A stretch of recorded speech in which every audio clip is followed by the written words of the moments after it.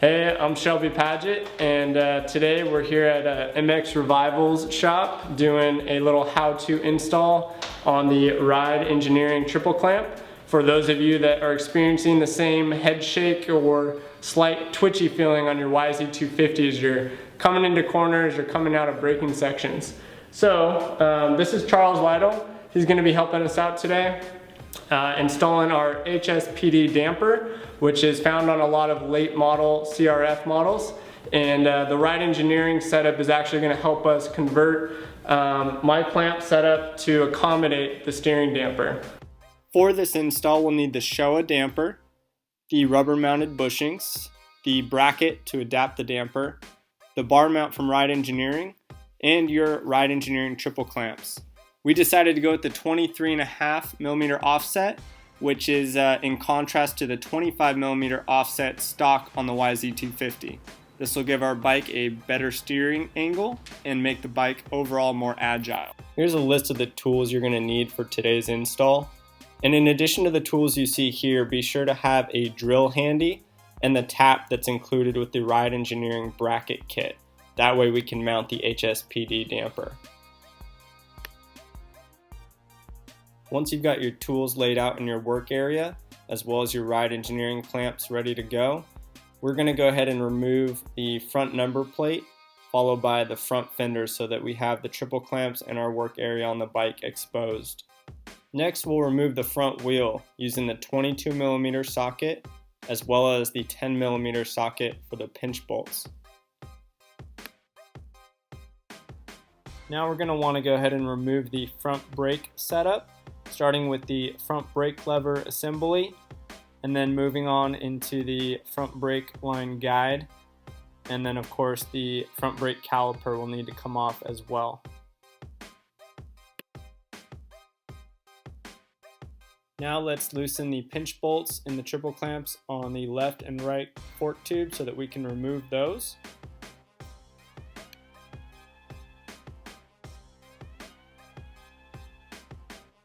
Now we're going to go ahead and remove the handlebar assembly so that we can access the steering stem nut. Now remove the steering stem nut with your socket so that we can go ahead and get to the spanner nut.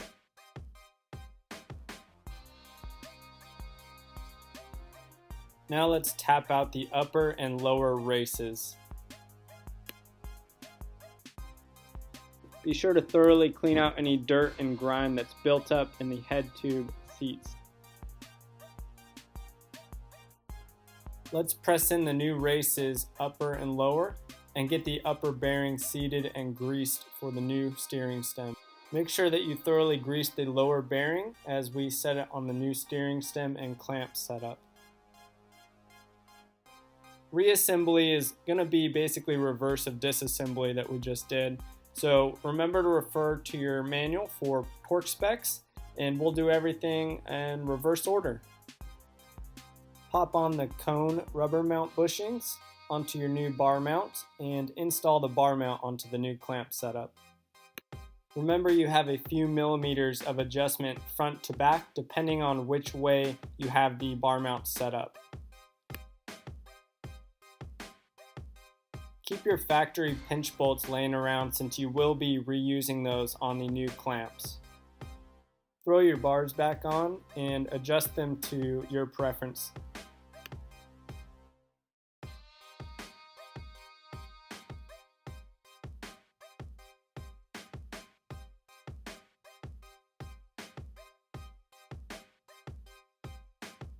Let's throw the HPSD into the lower clamp mount so that we can properly line up the bracket kit.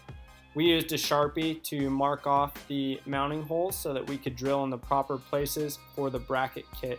We decided to remove the front end when drilling the bracket mount holes so that we wouldn't damage the steering stem at all. Now we'll use the tap that was included in the bracket kit to ensure that everything is threaded properly for the mount.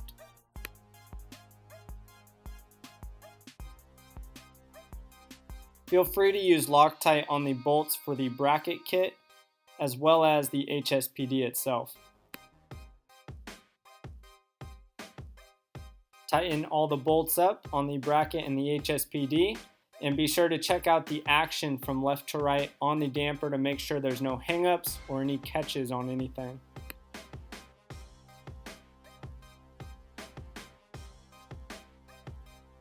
Once everything's all tight, throw on that front number plate and go out and enjoy your new clamp and damper setup.